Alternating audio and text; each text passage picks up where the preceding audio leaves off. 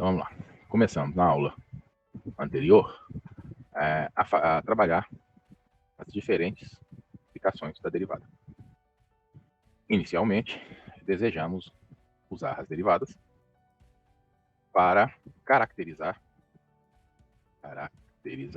funções complicadas, cujo gráfico seria difícil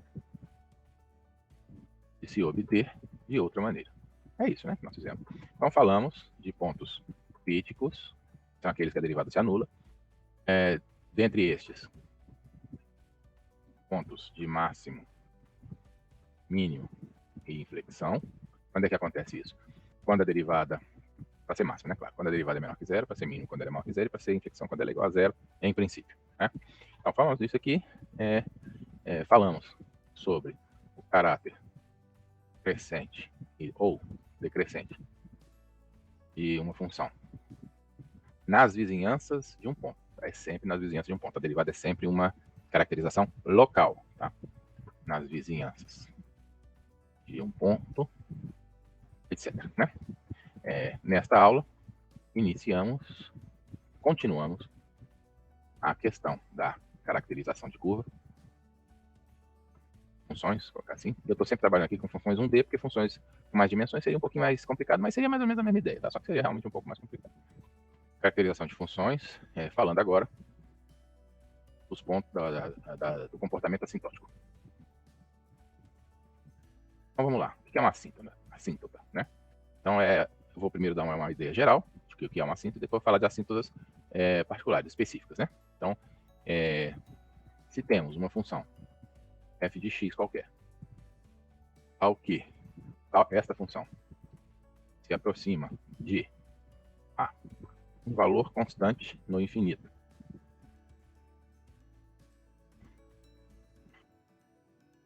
No infinito, positivo ou negativo, né? Então vejam só, essa função aqui, nesse gráfico, ela se aproxima de infinito, tanto se você vai para mais infinito, quanto se você vai para menos infinito. No caso aqui, para mais 1 você vai para mais infinito, e para menos 1 você vai para menos infinito. Né? Então nós dizemos que as retas y igual a 1 e y igual a menos 1 são as assíntotas horizontais. Né? Então, quando dizemos que a função tem assíntotas horizontais. Porque é uma reta horizontal, né? Óbvio. Né? Este mesmo gráfico mostra a possibilidade de termos assíntotas verticais, que é quando a função, colocar entre aspas, tá? Explode em algum ponto de seu intervalo de definição. Veja, não é o caso da função tender para infinito quando ela vai para infinito. Quando x tende para infinito, quando x tende para infinito. A função f de x igual a x tende para infinito. Quando x tende para mais ou menos infinito. Mas isso não é uma assíntota, tá? Para ser assíntota, esse ponto tem que ser um ponto definido, tá? Em algum ponto definido de seu intervalo de definição. Assim, no gráfico anterior, essas notificações. No gráfico, vocês veem as minhas notificações, hein? Elas aparecem aqui? Aparece. Deus que me perdoe. Tomara que não apareça nenhuma notificação que me desabone. Assim, no gráfico anterior, temos duas assíntotas verticais. Uma no ponto... bom, as duas nos pontos x igual a 1, né? Mas veja que são duas assíntotas, tá? De um lado, a função tende para mais infinito, do lado à direita, né? Enquanto que do outro, ela tende para menos infinito. Então vejam que eu tenho que, para calcular as assíntotas, eu tenho que fazer limites à direita e à esquerda, né? Para a caracterização.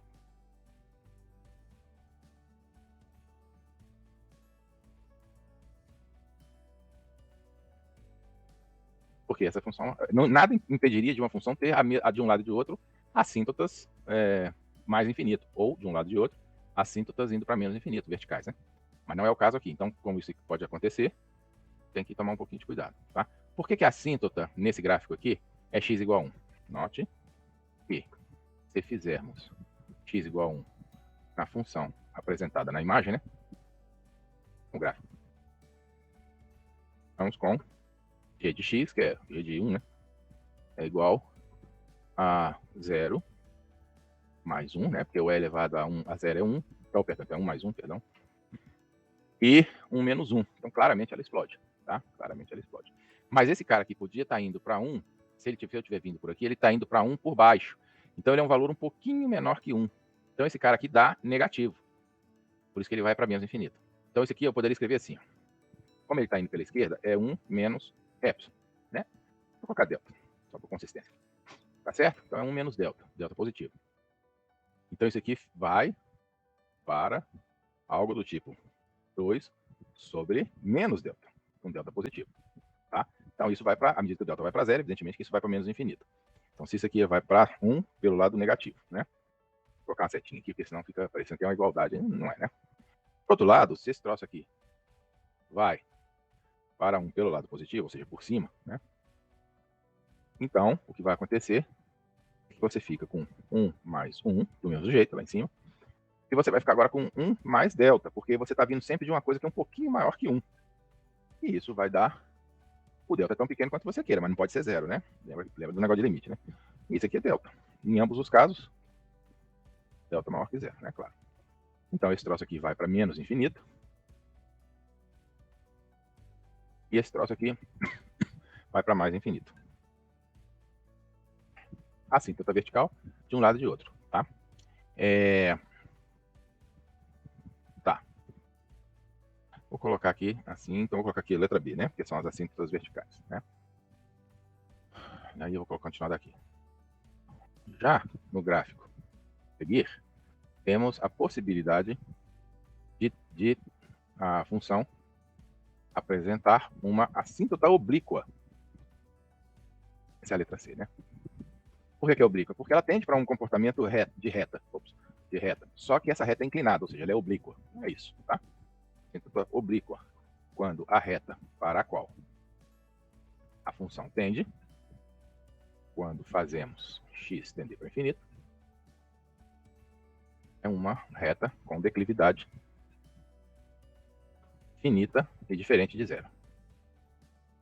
Então, na verdade, você classifica as assíntotas a partir da declividade da reta. Se a declividade é zero, a assíntota é horizontal. Se a declividade é infinita, né, a assíntota é vertical. E se a declividade está entre zero e infinito, ela é oblíqua, tá bom? Agora vamos ver como é que a gente faz essa caracterização. Isso é uma caracterização quase que de olho, né? Agora vamos ver como nós fazemos isso. Bom, essa aqui nós já fizemos com algum detalhe. Mas a categorização das horizontais e oblíquas, não. Então, para encontrar as assíntotas horizontais e ou oblíquas, a função pode ter uma assíntota horizontal para cá e uma assíntota oblíqua para cá. Não tem nada a ver, tá? Uma coisa com a outra. Nesse caso aqui, é uma única assíntota, tá? Mas pode ter, dependendo da cara da função, tá? Para encontrar as assíntotas horizontais e ou oblíquas, podemos fazer o que se segue.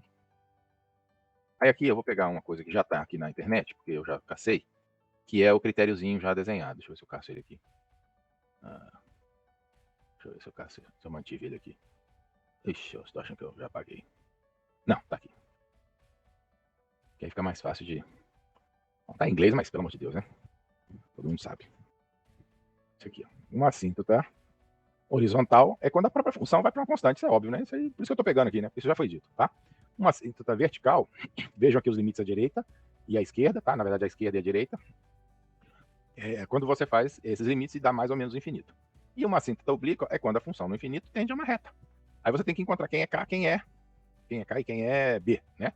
A declividade da reta e a sua interseção com o eixo do Y, né? O eixo da função. Agora eu vou fazer uns exemplos, que eu acho que o exemplo vai, de certa maneira, fixar isso melhor do que eu ficar fazendo explicações aqui. Vamos pegar um exemplo. E aí o exemplo me parece que fecha a questão. O exemplo aqui é o seguinte. Poxa, que coisa chata esse troço aqui. Agora sim. O exemplo é o seguinte. Pegar uma função, está aqui. Considere a função f de x igual a x ao quadrado sobre raiz de x ao quadrado menos 1. Aí você olha uma função como essa e você sabe, já sabemos, que x igual a 1 é um ponto problemático, né? Pois faz o denominador ser zero. Nota que isso não necessariamente implica numa assíntota, porque se der zero no numerador, aí você tem que ver para onde isso vai, tá? Mas é um indicador de que você pode ter aí uma assíntota vertical. No caso, como o numerador em x igual a 1 não vai para zero, você certamente tem um assíntota. Mais que isso, você tender para a direita, pela direita ou pela esquerda não vai fazer diferença, porque x aparece ao quadrado dos dois lados. Então você sabe que a assíntota vai ser numa direção só. Tá? Então vamos lá. Note ainda que x não pode ser menor que 1. Se x for menor que 1, dá um número complexo, né? Pois o denominador, na raiz, teríamos um número negativo. Então, na verdade, essa função ela tem um domínio mais complexo, mais complicado, né? De fato, o domínio da função é dado por D, colocar D, tá? É igual a x pertencente aos reais. A real tá aqui. Tal que x é maior que 1. Ops. Ou, vamos usar aqui o nosso símbolozinho lógico, x é menor que menos 1. Tá? E nesses dois casos, você terá uma raiz, um radiciando positivo, né? E, portanto, a função existirá. Ok.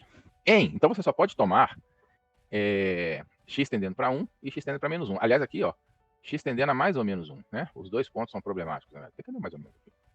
Oxi. Tá. Mais ou menos 1 são pontos problemáticos. Pois fazem o denominador ser zero. Agora, então, você não pode tomar em x igual a menos 1, próximo de x menos 1, nas vizinhanças de menos 1, um limite pela direita. Você só pode tomar o limite pela esquerda, porque ela não está definida à direita, tá? E em x, nas vizinhanças,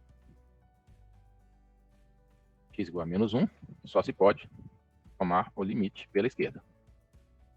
Tá? Enquanto que em x, nas vizinhanças,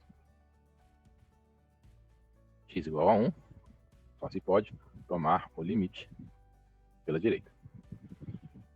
Então vamos lá. Em ambas as vizinhanças, ela vai tender para infinito, tá? Acho que sim, né?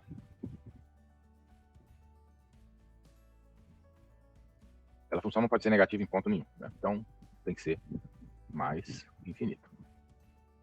Temos em cada um desses pontos uma assíntota vertical. Perfeito. Primeira caracterização. Então eu já sei que essa função... Vou jogar fora isso. Deixa eu fazer isso aqui maior, porque senão eu não consigo trabalhar direito. Eu tenho que ficar toda hora caçando o troço aqui. Vai. Ó. Deixa eu ver aqui. Jogar fora isso. Ops.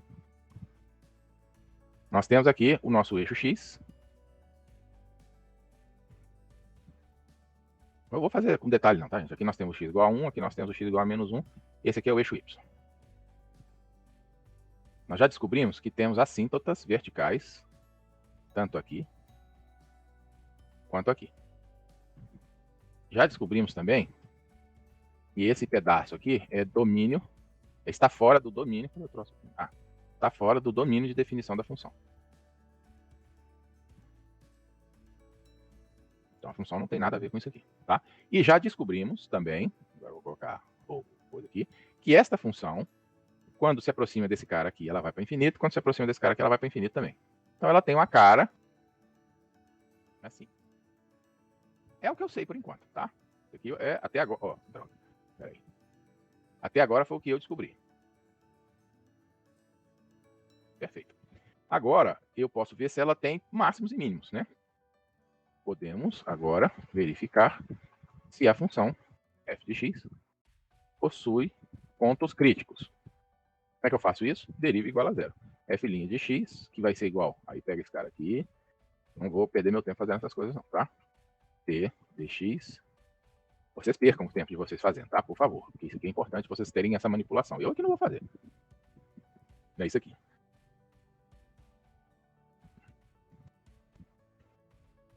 Podemos igualar isso aqui a zero, né? Olha só. Esse cara vai melhorar isso aqui. Esse cara aqui, que tem como soluções,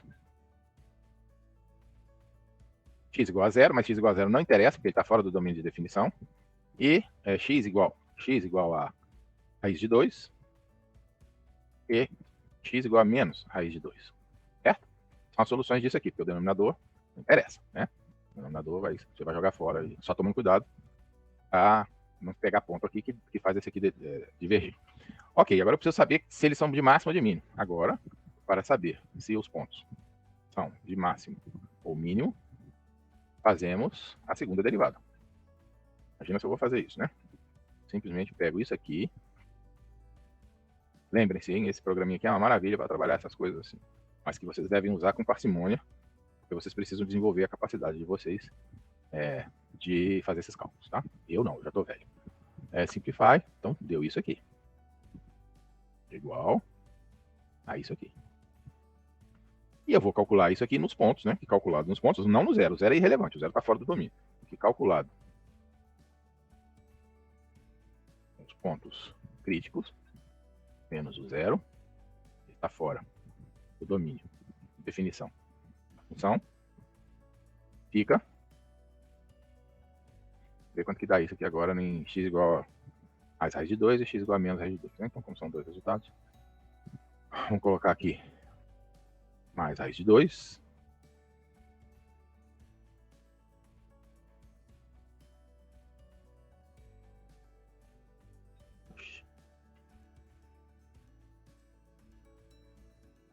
E vamos colocar aqui menos raiz de 2. Estava, né, de fazer isso tudo, mas não custa nada fazer um detalhe. Aí eu tenho que pôr aqui em parênteses, né? Poder fazer o quadrado certinho, mesma coisa aqui. Ou seja, não faz diferença. Mas tudo bem, né? Fazer para poder fazer a coisa certinha. Igual F, evaluate numérico ali 4. E claro, né, o cara dá um exemplo que dá número bonitinho. E aqui é 4 também, né? Afinal de contas é a mesma coisa. Certo? Então, de modo que temos 2 pontos de mínimo. Porque maior que zero, né? Agora, olha só, você podia falar assim, é claro que é ponto de mínimo, essa função não está descendo? Não. Poderia acontecer que nós tivéssemos mais pontos críticos. Aí poderia ter um ponto crítico aqui e ela fazia isso aqui. Só que aí ia aparecer mais raiz, tá? Se não aparecer mais raiz, como ela está fazendo esse comportamento aqui, o ponto crítico, se houver, ela podia descer reto aqui para infinito, diabo 4, se houver, vai ser um ponto de mínimo, né? Claro, tá? Mas já sabemos. Mais uma coisa, aqui em raiz de 2, que eu não vou querer saber onde está, tá? Aqui tem aqui raiz de 2. Raiz de 2. Ai, meu Deus do céu, toda hora eu faço isso. Vamos pegar outra forma aqui. Pronto. Em raiz de 2, a nossa funçãozinha, continuando aqui, ela tem um mínimo. Então ela deve fazer isso aqui, desce. Por enquanto vai ficar feio, né? Porque eu estou fazendo de pouquinho, não tem nada desse quebradinho aqui, mas tudo bem. E aqui, outro mínimo. Mesma consideração, tá? Não tem nada a ver com isso. Posso depois voltar aqui e desenhar ela melhor, tá? Então, essas duas coisas já estão aqui. E agora o comportamento assintótico. Agora, finalmente, podemos analisar o comportamento assintótico da função. As assíntotas verticais nós já vimos, né? As mais fáceis, né, de analisar. É só ver onde a função estoura. Para ver se há assíntotas horizontais, basta fazer o limite da f de x com x tendendo para infinito, mais ou menos infinito. E ver se dá uma constante ou não. Né?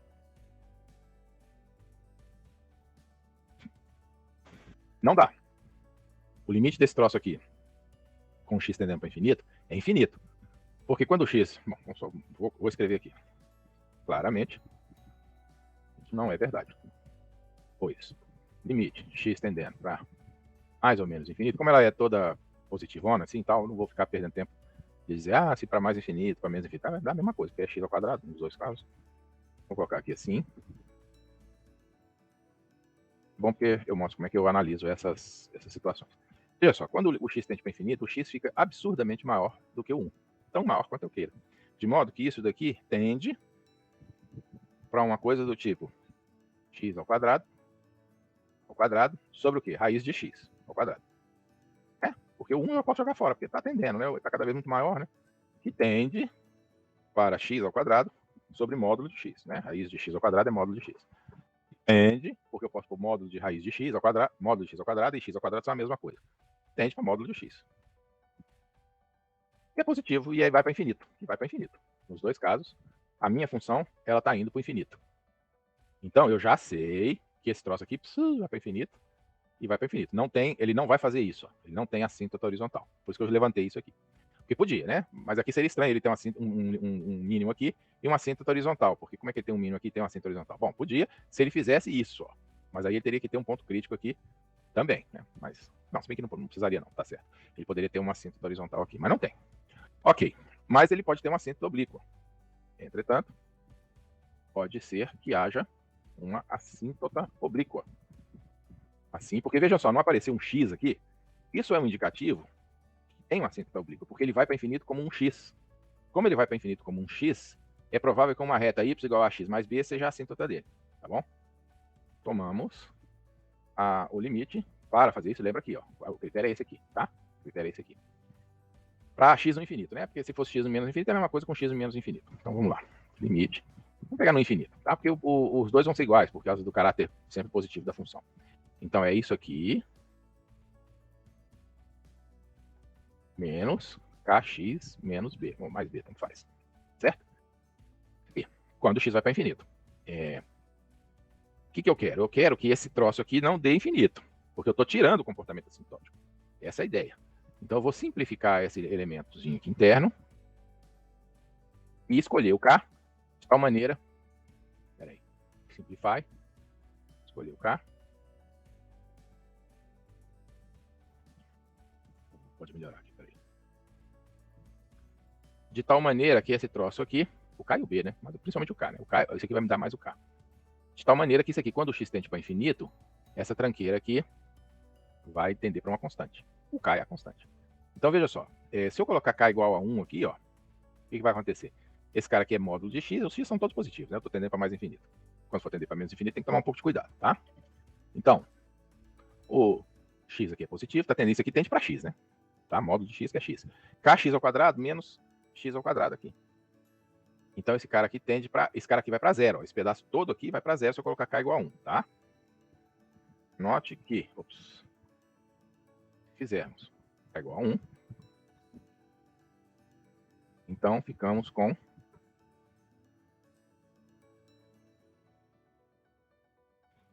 esse cara aqui morre com esse, fica esse troço aqui apenas. Esse cara aqui morre com esse, e ficamos apenas com esse troço aqui, que é igual a menos b. Certo? Que era o esperado, tá? Que era o esperado, tá bom? Então, aí a questão é encontrar o tal do b, tá? Então, a ideia aqui é encontrar o tal do b. Eu quero, aqui, ó, eu quero que seja zero o limite, né? Mas o limite deu b. Como eu quero que o limite seja zero, eu não coloquei isso aqui. O b tem que ser zero, né? Então isso aqui implica, se somente ser, b igual a zero. Então a nossa reta, a nossa assíntota, né? Porque tem do outro lado também, né? Oblíquas, que são dadas pela reta y. Aqui tem que tomar um pouco de cuidado, porque o k do outro lado teria que ser menos 1 na análise para x tendendo para infinito, tá? Então seria mais ou menos x.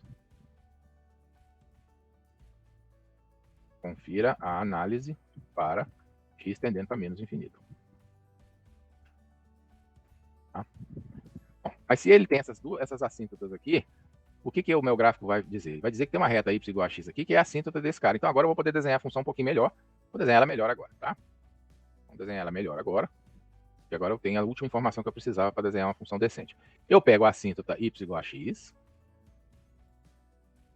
Eu pego a assíntota y igual a menos x. Eu sei que a função tem um mínimo aqui e um mínimo aqui. Tende para infinito aqui e aqui. Não precisa saber mais nada, tá? Ops. Não precisa saber mais nada. A função tem essa aparência aqui, ó. Ops. Droga. Não, ficou bom não, peraí. Tinha que ficar mais tendendo para assíntota, né? Vou colocar ela aqui assim, ó. É melhor. Eu queria que também ela tivesse um infinitão mais pronunciado aqui, peraí. Que droga, hein? Peraí. É que eu coloquei o ponto meio distante, ponto de mínimo. Eu queria que ele tivesse uma coisa assim. Eu vou colocar a raiz de 2. Eu coloquei o meu raiz de 2 muito longe, aí tá ficando muito ruim de desenhar. Eu vou colocar meu raiz de 2 para mais perto, tá? Para ficar melhor. Então esqueça esse cara aqui por enquanto. E aí, para usar de uma certa preguiça, eu venho aqui, inverto. Eu faço aqui. Isso, girar, inverter horizontalmente. Pronto.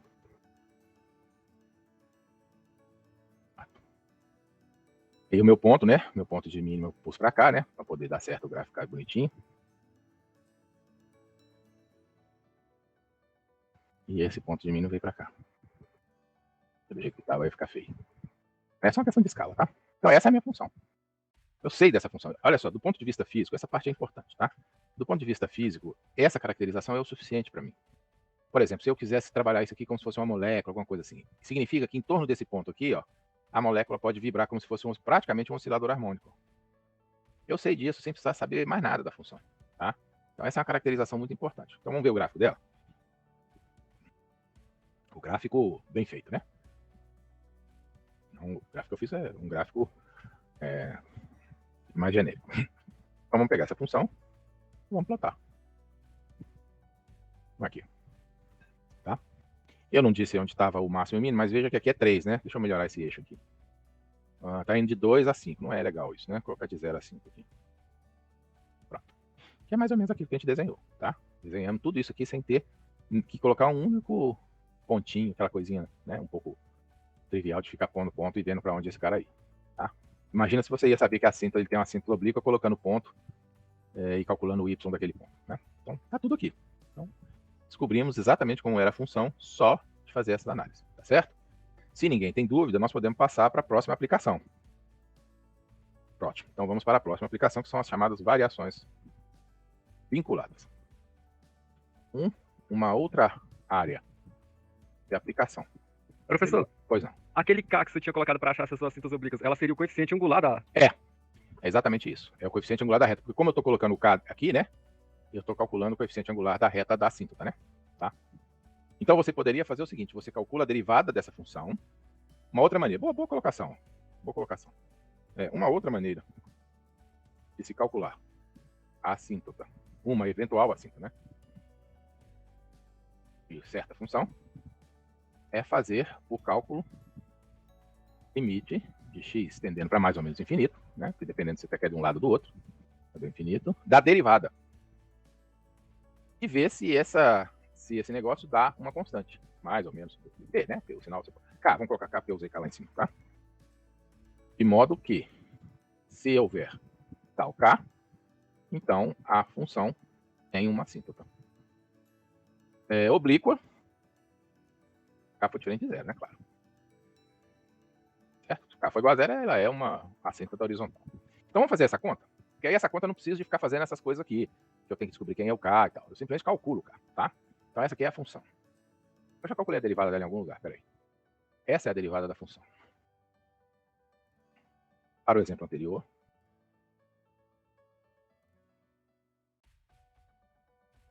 colocar x tendendo para infinito, x tendendo para menos infinito é exatamente a mesma coisa. Só que vai dar resultado diferente, né? Ó, com x tendendo para infinito, olha só, esse cara aqui fica muito maior que 1, fica x ao quadrado. Esse quadrado corta com esse aqui e dá x ao cubo. Mas x, módulo de x ao cubo, né? Esse aqui tem que ser positivo aqui embaixo. Mas tudo bem, tá? Para infinito, então não vai fazer diferença. Esse cara fica muito maior que esse. Então ele fica x ao quadrado. X ao quadrado com x, x ao cubo. X ao cubo em cima com x ao cubo embaixo dá 1. Então K igual a 1, tá? E é exatamente o que nós encontramos lá. Só que aqui você não encontra o B. Aí, mas você pode voltar aqui, fazer isso de novo, já sabendo o K. Também resolve, tá? Ou, né, usar outra estratégia qualquer, tá? Fazendo para x tendendo para menos infinito, encontraríamos K igual a menos 1. Pronto, beleza. Por causa desse cara que está aqui fora, que ele tem sinal, né? Então, se ele está indo para menos infinito, isso aqui é negativo. E o resto é tudo positivo, então isso aqui tem que dar negativo. Bom, perfeito. Tá, então essa é uma outra maneira de se fazer. Obrigado, viu? Peraí que tem um infeliz mandando mensagem toda hora, insistentemente.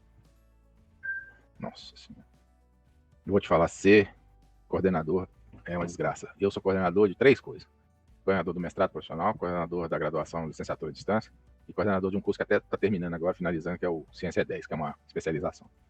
Toda hora tem um me mandando mensagem. Vamos lá, vamos tocar. Vou olhar nada agora. Só olhei que tem.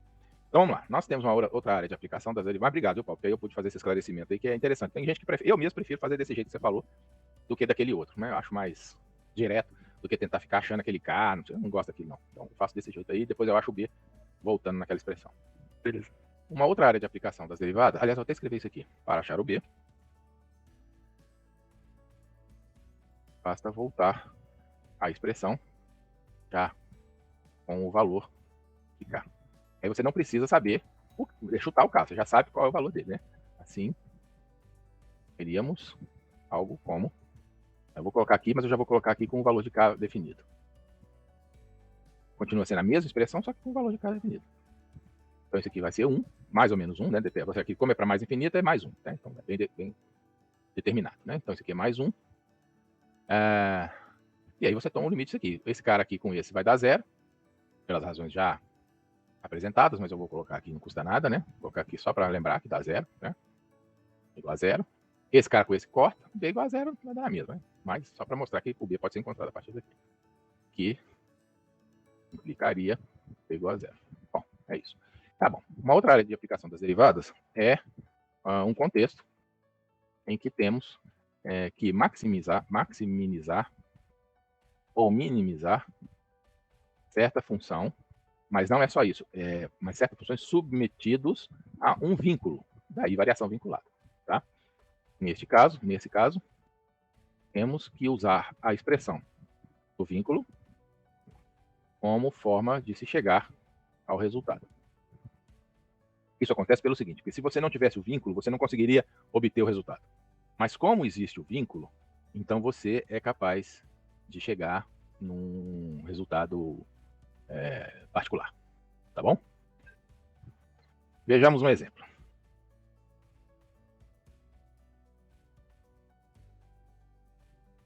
Semidovich.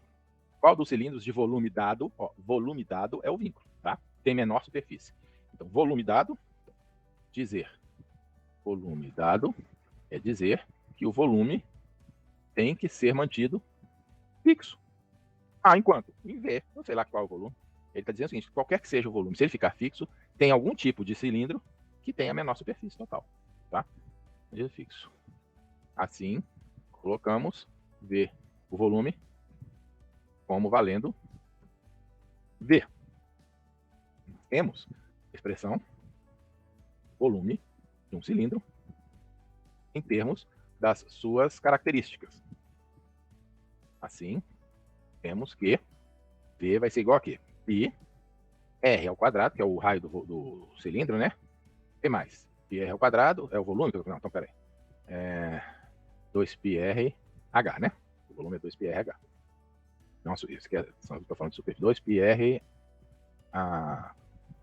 2πr, essa é a superfície. O volume é πr ao quadrado H. É o volume da base, né? Você sobe para cima a distância H. H é a altura, né? Em que R é o raio, é uma das características do cilindro, e H a altura. Assim, note que o vínculo de volume fixo estabelece uma relação entre o raio e a altura, que são, em princípio, duas variáveis. Certo? A superfície do cilindro, que queremos minimizar ou maximizar, hein? Menor superfície, minimizar. Minimizar pode ser escrita como superfície é igual a, agora sim, 2πr, que é quando você estica, né, o cilindro, abre o cilindro, você tem 2πr, que é a parte lateral, vezes h, né, a parte lateral, mas você ainda tem as superfícies de baixo. πr ao quadrado, vezes 2, porque são base embaixo, base em cima, tá bom? Então essa é a superfície. Veja só, essa função, em princípio, essa aqui é uma função de R e de H. Uma função de duas variáveis. Então, minimizar isso daqui não dá para fazer desse jeito que está aqui. Você precisa do vínculo. Então, é isso que é importante ser vinculado, né? Note que S de R, H é uma função de duas variáveis. Assim, precisamos do vínculo para resolver o problema. Aí você coloca lá a relação do vínculo. O V é uma constante, porque o V está sendo mantido constante. Então, você usa aquela relação para obter o V. Ora, sabemos que, pelo vínculo, que lá, H é igual a V sobre πr ao quadrado. É igual a V sobre πr ao quadrado, não é isso? É isso mesmo. Isso. De modo que ficamos com S de R, não é de H mais, 2πr R, V sobre πr ao quadrado, mais 2πr ao quadrado. Eu vou simplificar como sendo isso aqui. Pronto. Agora, essa função eu posso minimizar, tá? Assim, para minimizar, eu uso o quê? Eu uso, isso é uma função, eu quero o ponto de mínimo da função. O ponto de mínimo da função com relação a R, é só isso, tá? Calculamos. Derivada igualada a zero. S' de R vai ser igual, aí deriva esse troço aqui. Eu, de novo, não vou fazer. Vou fazer nunca. É isso aqui, vocês aqui tem que fazer.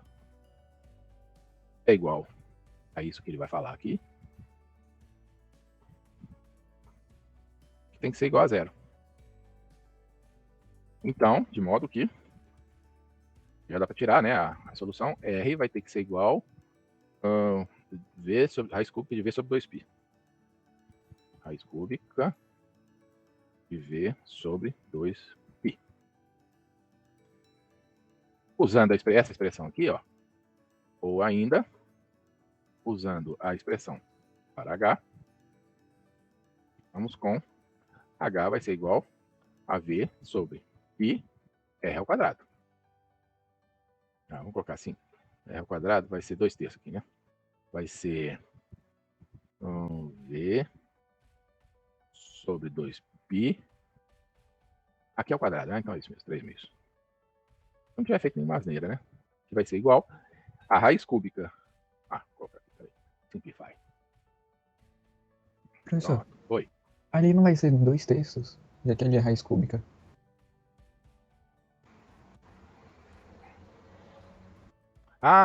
Claro, 2/3, claro, entendi agora. É isso mesmo, 2/3 mesmo. Tá certo. Porque R ao quadrado, né? E o R é 1/3. O R tem que ser 1/3, né? Porque V tem distância. R ao cubo, né? L ao cubo. Então, para isso aqui ser L ao quadrado, teria que ser. Tá, é isso mesmo. Obrigado, viu? Show. Evaluate novamente aqui. Isso aqui, pronto. É isso aqui. Então, H pode ser isso aqui.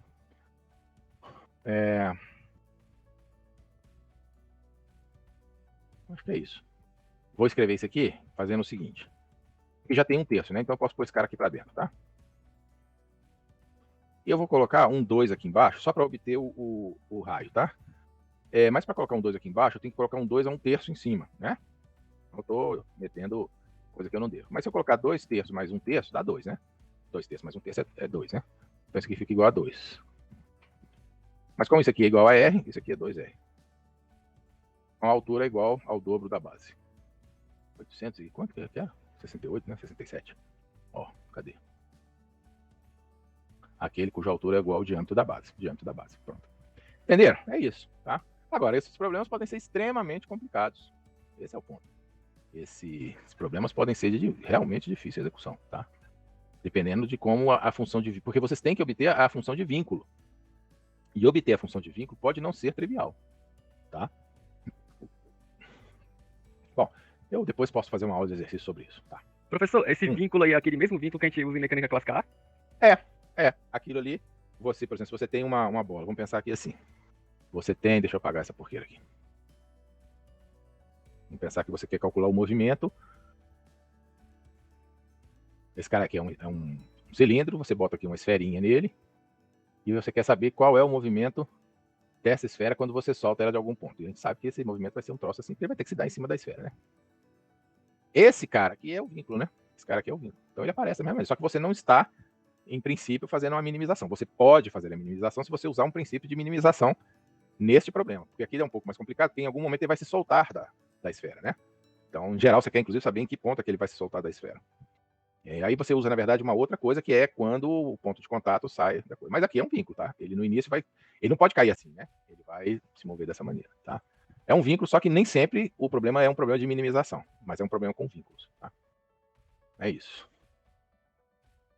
O que mais, hein? Bom, isso é... Eu vou dar um exemplo aqui de problema com vínculo, que eu acho interessante, que é o Teorema de Fermat. Tem na apostila, tá?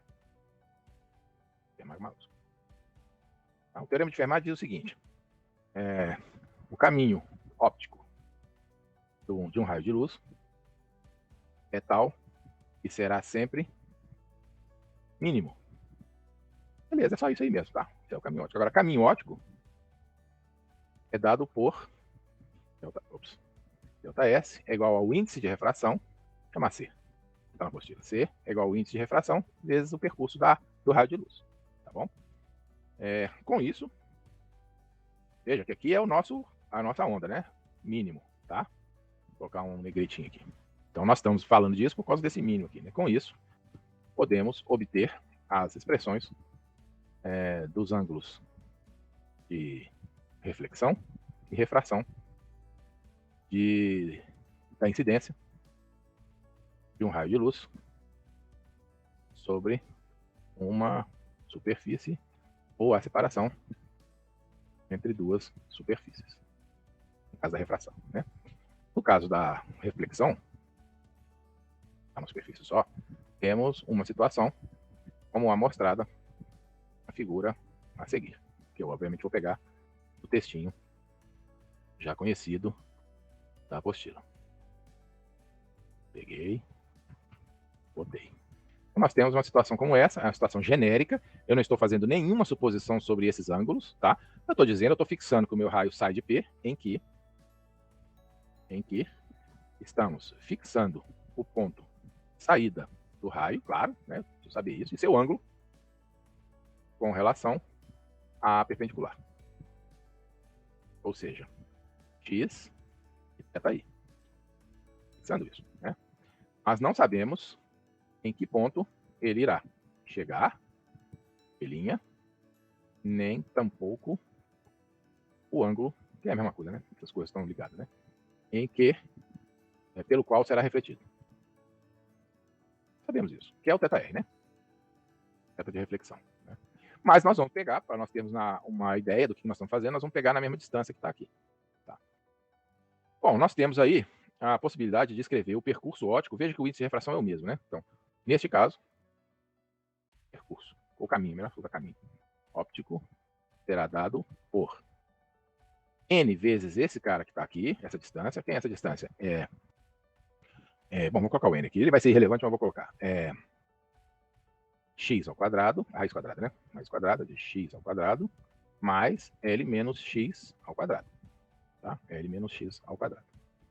L menos x? Não. X ao quadrado mais D ao quadrado, credo. D ao quadrado. O outro pedaço do caminho, então eu peguei esse pedaço aqui, o outro pedaço vai ser esse aqui, tá? Que vai ser a raiz quadrada, agora sim. L menos x ao quadrado mais D ao quadrado. Bom, precisava os dois serem pegos em D? Não, não precisava, mas facilita, né? Então, tá. Então esse cara aqui é o nosso percurso óptico. Certo? Você quer fazer com que ele seja mínimo. Para mesma coisa, dc de x dx, igual a zero, né? Então esse troço aqui, aí por isso que o n não vai ser relevante, tá? Então, deixa eu colocar isso aqui. Pra vocês verem a derivada sendo feita, né? Só que eu não posso pôr esse troço aqui não, porque senão ele não faz. Ele não gosta de colchete, só reconhece parênteses. D, dx, que dá isso aqui. Poxa, horrível, né? Deixa eu ver se dá pra tirar o simplify aqui, só pra melhorar a situação, porque ficou tão feio. Só fazer, só o evaluate. Ficou feio, ele fez o simplify do mesmo jeito. Então eu vou fazer isso aqui sem precisar dele. Nem sempre a preguiça compensa, né? Então tudo bem. Então isso aqui vai ser igual. Também não é uma derivada tão difícil assim de fazer. 2x sobre x ao quadrado mais d ao quadrado elevado a 3 meios. Menos, tem esse menos aqui. 2L menos x sobre x ao quadrado, ou L menos x ao quadrado,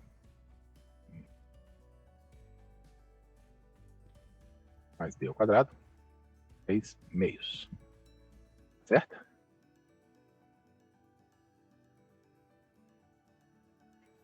E eu tenho que igualar isso aqui igual a zero, né? Igualar a zero.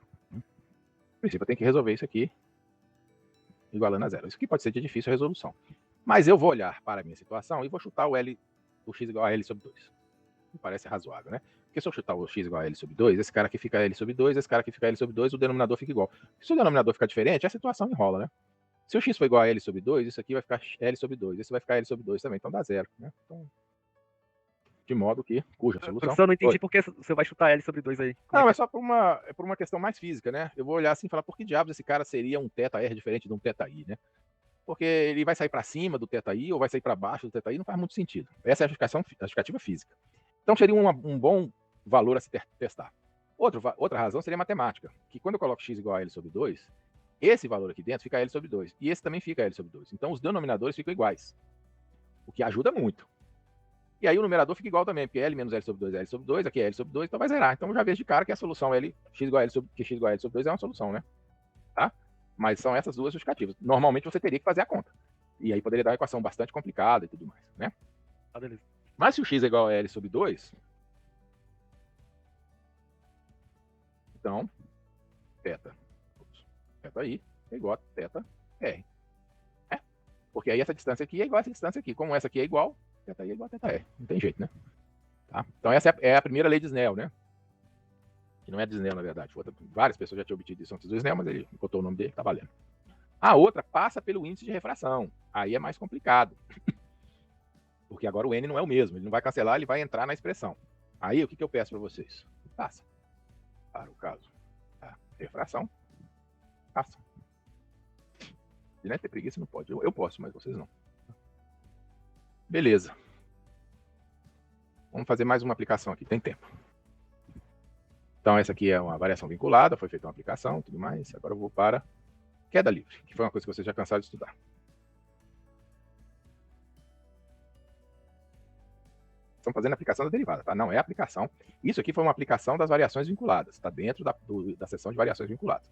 Eu agora estou fazendo uma outra aplicação da derivada, que é movimento de queda livre, e então vou colocar junto aqui lançamento oblíquo. Tá? Então, do ponto de vista mecânico, há apenas uma força atuando no sistema, que é a força da gravidade. Esta força é dada por F G é igual a 0, porque não tem componente em X, 0, porque não tem componente em Y. Se você tiver em 3 dimensões, eu posso fazer em 2, já que eu faço em 2, não, vou fazer em 3, vai. Menos G, que é a aceleração da gravidade, e aí eu vou colocar, na verdade, aqui a aceleração da gravidade, não o F. Porque o F depende do corpo, né? Aceleração da gravidade, tá? Em que G é aproximadamente 9,8 metros por segundo. Assim. Essa é a lei de Newton, segunda, né? Diz que um movimento de queda livre em que um corpo é lançado ou deixado cair de uma altura de 0, temos a equação F é igual a m, que é a massa do corpo, vezes a, que é a aceleração dele, aquela aceleração que está ali. A aceleração a qual ele está submetido pela ação da força, né? Em que m é a massa do corpo. Certo? Esse aqui, perdão, esse aqui não é esse cara. Como é que eu vou fazer agora? Eu vou colocar um Gzinho embaixo aqui. Essa é a aceleração da gravidade, essa aqui é a aceleração do corpo, né? Bom, tudo bem. Vai dar a mesma coisa, mas isso aí é importante para ter a relatividade geral. Então é bom saber distinguir. Assim, m 0, 0 menos g tem que ser igual a m 0, 0 a. A aceleração dele é a z. De modo que, agora sim, a aceleração dele é igual a menos g. Você tem aqui 3 equações, e essas equações elas são chamadas de equações diferenciais, porque elas são equações das derivadas. Mas eu não vou entrar nisso agora, tá? Isso aí é uma coisa que a gente vê mais em Fundamentos B, tá? O que interessa é que a z é igual a menos g, a x é igual a y, que é igual a 0, certo? Então, um dos movimentos na direção z é um movimento retilíneo, uniformemente variado, e os outros dois são movimentos com velocidade constante. Aí vai depender da velocidade inicial do cara, né? Vamos supor que ele que ele não tem velocidade inicial nessas duas direções. Então, temos, pois, dois movimentos uniformes nas direções x e y, e a velocidade, as velocidades iniciais v, x0 e v e y0 forem iguais a zero, ele não se moverá nessas direções. Se forem diferentes de zero, ele vai ter um movimento oblíquo, tá bom? Porque ele está sendo lançado horizontalmente, né? Tá? Ou até obliquamente, dependendo da velocidade inicial em z. Nessas direções, teríamos simplesmente x é igual a x0, que é a posição inicial dele, e y igual a y0. Não mudou, né? Não mudou, tá? Por outro lado, sabemos que a aceleração é a derivada da velocidade. Esse é o nosso conhecimento importante aqui, tá? Assim, se a aceleração é uma constante, como deveria ser a velocidade? Alguém tem uma sugestão aí? Ora, sabemos que a derivada de kt é igual a k. Então, podemos escrever que vz vai ser igual, vz é a velocidade instantânea, tá? Vai ser igual a algum vz0, que nós não sabemos qual a velocidade inicial que ele está sendo lançado ou não, isso não foi dito, né? Menos gt. Pronto. Se eu derivar esse cara aí, eu obtenho menos g, que é a aceleração. Então, esse cara aqui é uma função de t, enquanto que isso aqui é uma constante, né? É a posição na que ele estava inicialmente. Tá? Agora, para obter a equação da posição em relação ao tempo, vemos que como a velocidade é a derivada da posição e a velocidade é linear no tempo, temos que ter uma função para a posição que seja quadrática no tempo. Assim, sabemos que devemos ter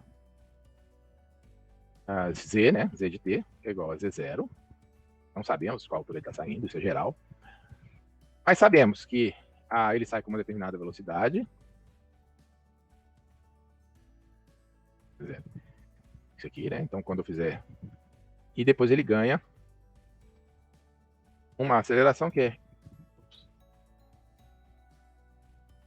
Quando eu fizer a primeira derivada, de tal modo que dz de t é igual a, derivando isso daqui,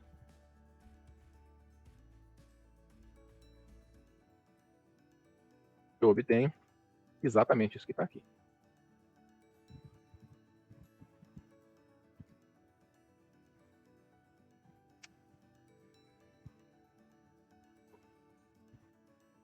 Tá? Vocês acabaram de ver uma coisa chamada integração, que é a operação inversa da derivada, tá?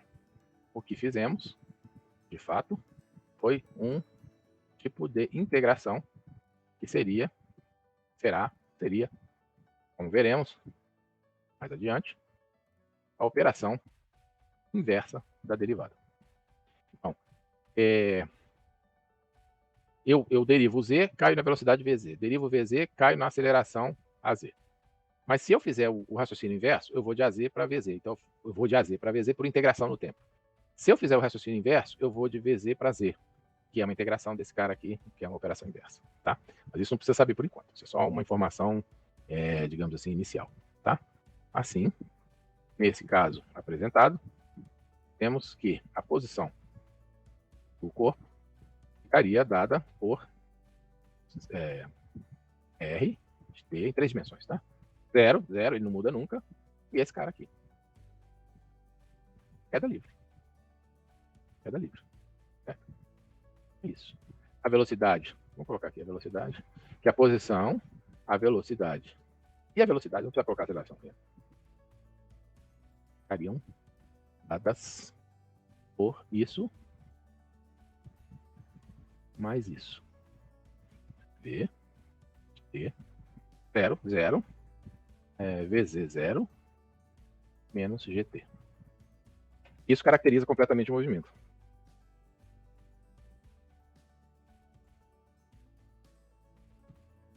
Tá? Então é assim que você faria, que vocês na verdade fariam, vocês fizeram isso mais ou menos em mecânica, se estiverem fazendo mecânica, e farão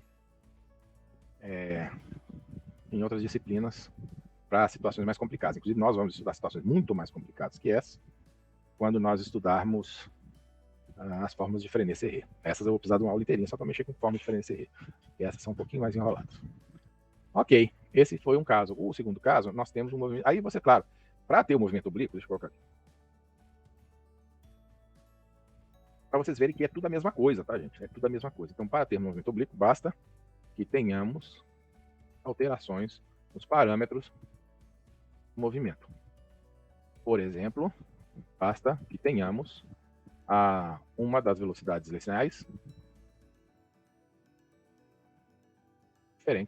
diferente de zero. Exemplo, x0 diferente de zero. Aí ele vai ter um movimento oblíquo, tá? Ele não vai ter aceleração nessa componente, só vai ter variação no z, mas ele vai se mover na direção x, com velocidade constante. Até bater no chão, que é quando o movimento acaba, porque ele sofre o atrito com o chão, fica preso no chão, qualquer coisa assim, tá bom? Pronto, é isso. Então os dois movimentos, isso unifica os movimentos, tá? Movimentos de translação, nesse caso, tá? Mas você ainda pode ter o movimento curvilíneo. Ops. Não. Section não, section. Movimento curvilíneo. E aí o movimento curvilíneo, ele você pode começar da expressão da posição, né?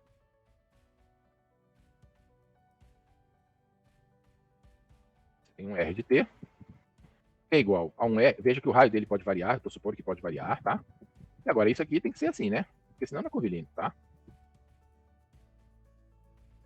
Certo? Ele faz isso numa curva. Agora essa curva pode mudar de raio ao longo do tempo, tá bom? Se você quiser, a gente pode até tentar fazer um gráfico de uma minhaca dessa aqui, tá? Bom, a pergunta que se faz é: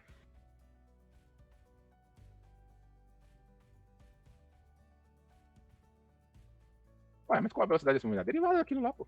Oxe. P, isso é imediato. É a derivada do R de T. E é igual ao quê? A derivada do R gão de T, repete aqui. Vocês viram que eu coloquei no plano, tá? Só para não complicar, tá? Mais R de T vezes a derivada do que está lá dentro, que é menos. Bom, eu vou colocar o ômega fora, porque ele vai aparecer nos dois casos. Seno de ômega T, cosseno de ômega T. Essa é a velocidade, tá? Eu vou colocar, isso aqui é a velocidade. Pronto. Agora, notem o seguinte. Vou escrever isso aqui, deixa eu colocar assim.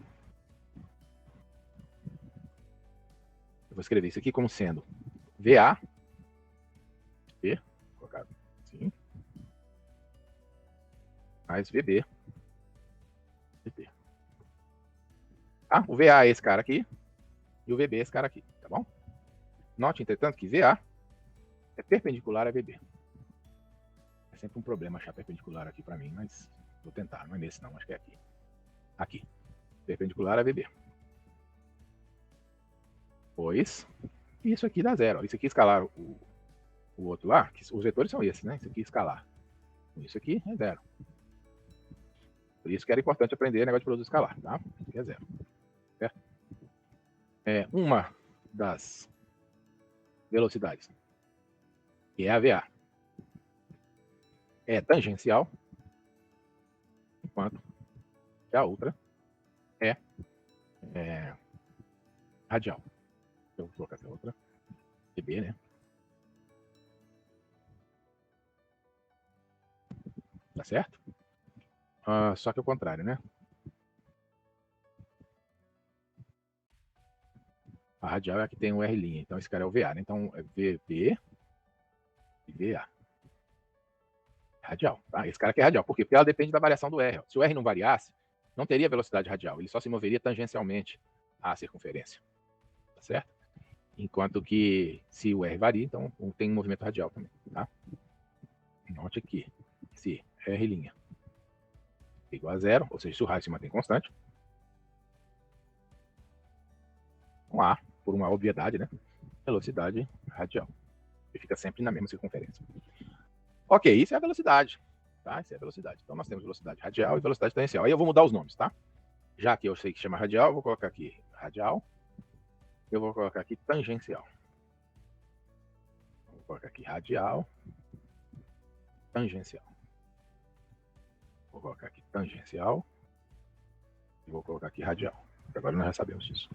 Beleza.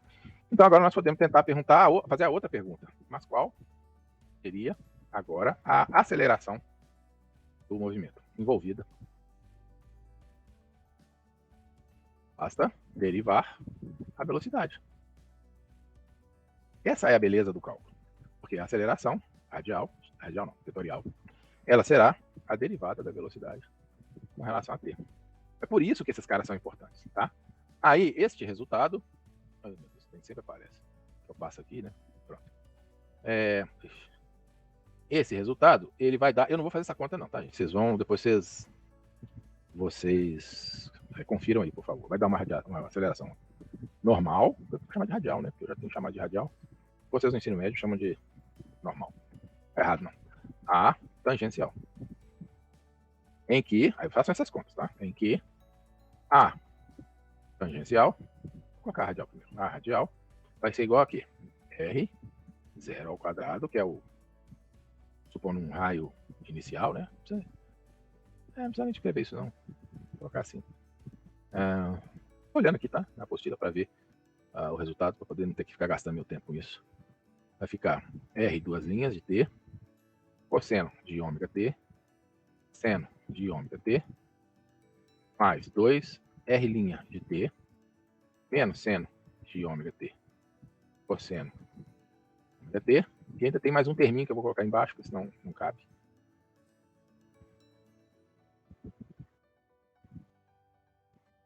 Menos R de t, ômega ao quadrado, cosseno de ômega t, seno de ômega t. Eu poderia simplificar, isso aqui não é radial não, isso aqui é aceleração total, tá? A de t. Eu poderia dar uma simplificada, porque olha só, cosseno, seno, cosseno, seno, né? Então isso aqui pode ser escrito igual R duas linhas de t, menos R de t, cosseno de ômega t,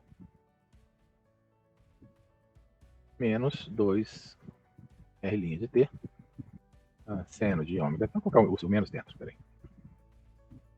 Menos seno de ômega t, cosseno de ômega t. Pronto.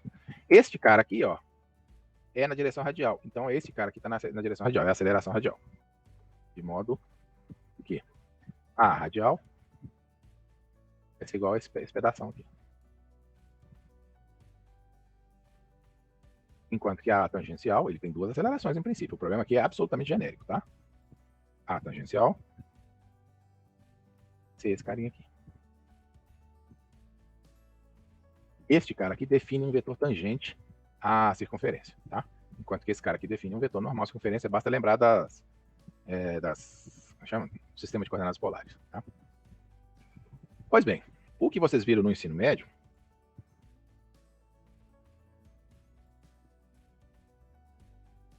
é a situação em que não há aceleração na direção radial. Não há aceleração na direção radial, assim, não há aceleração, como é que eu digo assim? Não é isso que eu quero dizer, não. Dizer dessa maneira não é legal. Não é que não há aceleração na direção radial. É que essa aceleração, vamos colocar assim, é a situação em que a aceleração é apenas aquela que mantém o móvel sobre a circunferência, não é isso? Quando eu pergunto aí, vocês não precisam responder, não. Eu sei que vocês não vão responder, é só falando para mim mesmo, tá? Professor, a outra aceleração é aquela que é imaginária, centrífuga, que o pessoal fala? Ela não precisa ser centrífuga, ela pode estar sendo uma aceleração concreta, sendo realizada por alguma força externa, por exemplo, um campo magnético. Se você tiver um campo magnético envolvido ali, dependendo da direção do campo, é claro, ele vai acelerar a partícula para dentro ou para fora da circunferência, tá? E não será uma força irreal, né? Vai ser uma força concreta, física, que não tem nada a ver com o sistema de referência, mas é porque tem um campo associado ali, tá bom? Então, a força que você está falando é a outra, que é essa força para manter o móvel sobre a circunferência. Neste caso, como o R não varia, porque ele está sempre sobre a circunferência, né? Temos que R duas linhas de t é igual a zero, que é igual a R' de t. Certo? Então, você tem a aceleração tangencial é zero, a aceleração radial é zero, e ele está se movendo em movimento curvilíneo uniforme, tá?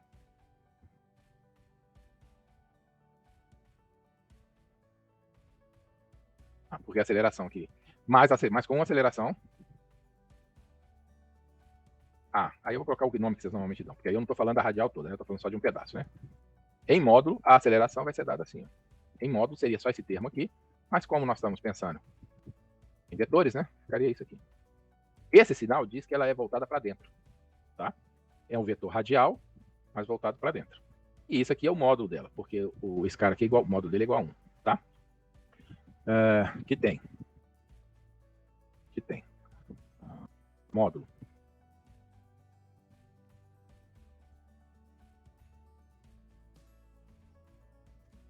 Nossa senhora. Vai chegando no final assim, começa a ficar a ratear, sabe? Igual a... O R não é R de T mais, né? Porque ele é uma constante, né? Vou colocar assim. Menos R ômega ao quadrado, exatamente como vocês viram no ensino médio, tá? Sem o sinal, né? P módulo, né? E é voltada para o centro da circunferência. Por causa do sinal. Pronto, é isso. Essa é a particularização que vocês fazem quando vocês estão trabalhando no ensino médio. Essa força aqui é chamada de fictícia porque ela, na verdade, esse movimento não obedece às leis de Newton. Tá? Dependendo de onde você coloca o sistema de referência, ele é um sistema de referência acelerado, então ele não é um sistema que satisfaça a primeira lei. Tá? E aí você aparece no sistema, para valerem as equações de Newton, você é obrigado a introduzir um novo elemento que é chamado de força fictícia. Bom, é isso. Bom, deu tempo aqui. Aí na aula que vem eu vou falar exclusivamente, eu acho, não sei se vai... Não, dá para falar talvez das Frenet-Serré e o gradiente. Acho que dá. Acho que tá. Vamos ver, talvez eu consiga em mais 2, nós vamos ter mais 2 ou 3 aulas só, tá? 3 aulas, mais 3 aulas e depois a gente vai fazer a prova, tá? Então comecem a se articular em função disso. 3 aulas e nós teremos a nossa prova. Professor, alguma pergunta? Pois não. Se o movimento, esse movimento circular, ele fosse uma espiral e a trajetória dele fosse indo para o centro, ia mudar esse termo aí dessa aceleração? Ia. Ele teria esse cara aqui, tá? Que ia dar o valor da espiral, o valor da aceleração, né? Vamos fazer uma conta aqui. Vamos pôr o número, tá? Vamos pôr o número, só para... vamos colocar exemplo aqui. Suponha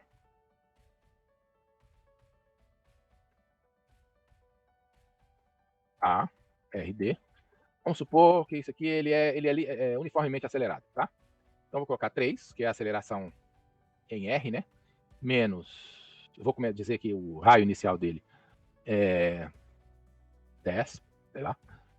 Mas é R de T, né? Então a gente tem que saber como é que esse R de T está variando com relação ao problema, né?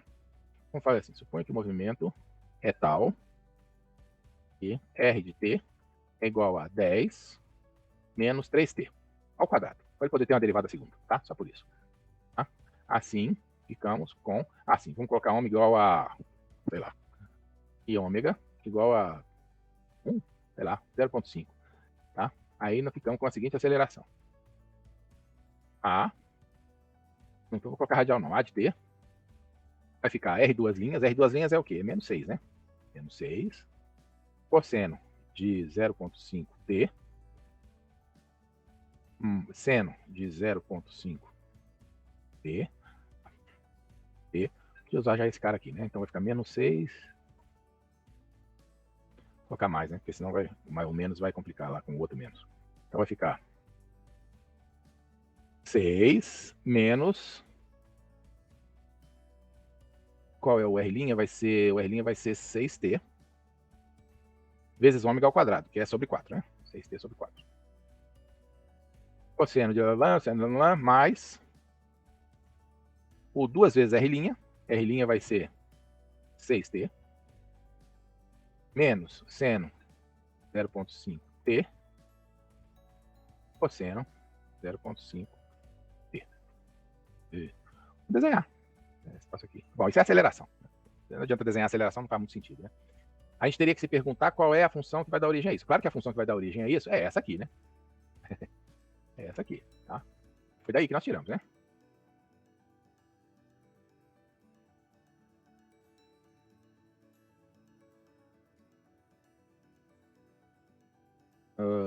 Quem é o R? É esse cara aqui.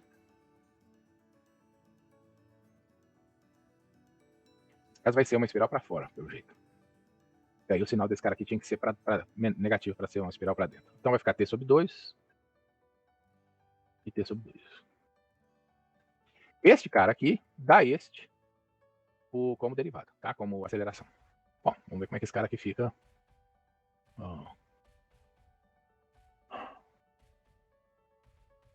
Não, isso aqui não é assim não, peraí.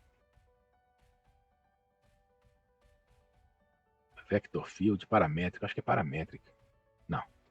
Droga, como é que eu coloco esse gráfico? Esse gráfico aqui seria legal. Vector field não é o que eu queria. Conforme gradiente, vector field. Droga. É uma equação paramétrica, eu não sei por que ele está escrevendo isso aqui. Point equation, não tem isso aqui. Polar não é. Será que eu posso pôr polar e ele vai aceitar? Não. Speed-on-Ego não está aceitando nada que eu coloco. E se eu colocasse assim? Peraí. Eu sei que é estupidez, mas às vezes a estupidez pode funcionar, né? Isso é equação paramétrica, né? Tem um parâmetro, lembra aquele negócio do paramétrico? É isso aqui, tá? Paramétrico. Aí, agora deu. Speed-on-Ego. Você vê que estupidez geralmente é exatamente aquilo que o computador espera que você faça, tá? Isso é importante. Display, tá aqui. Então a equação seria essa. Ele começa aí de um raio que se você disser que o t igual a 0, o raio é 10, né? Então ele começa de um 10 aqui, né? Aí ele começa a se mover, aí ele pode se mover para cá, mas não é de forma alguma uma circunferência, obviamente, tá? Obviamente. Mesmo que eu faça assim, não vira uma circunferência.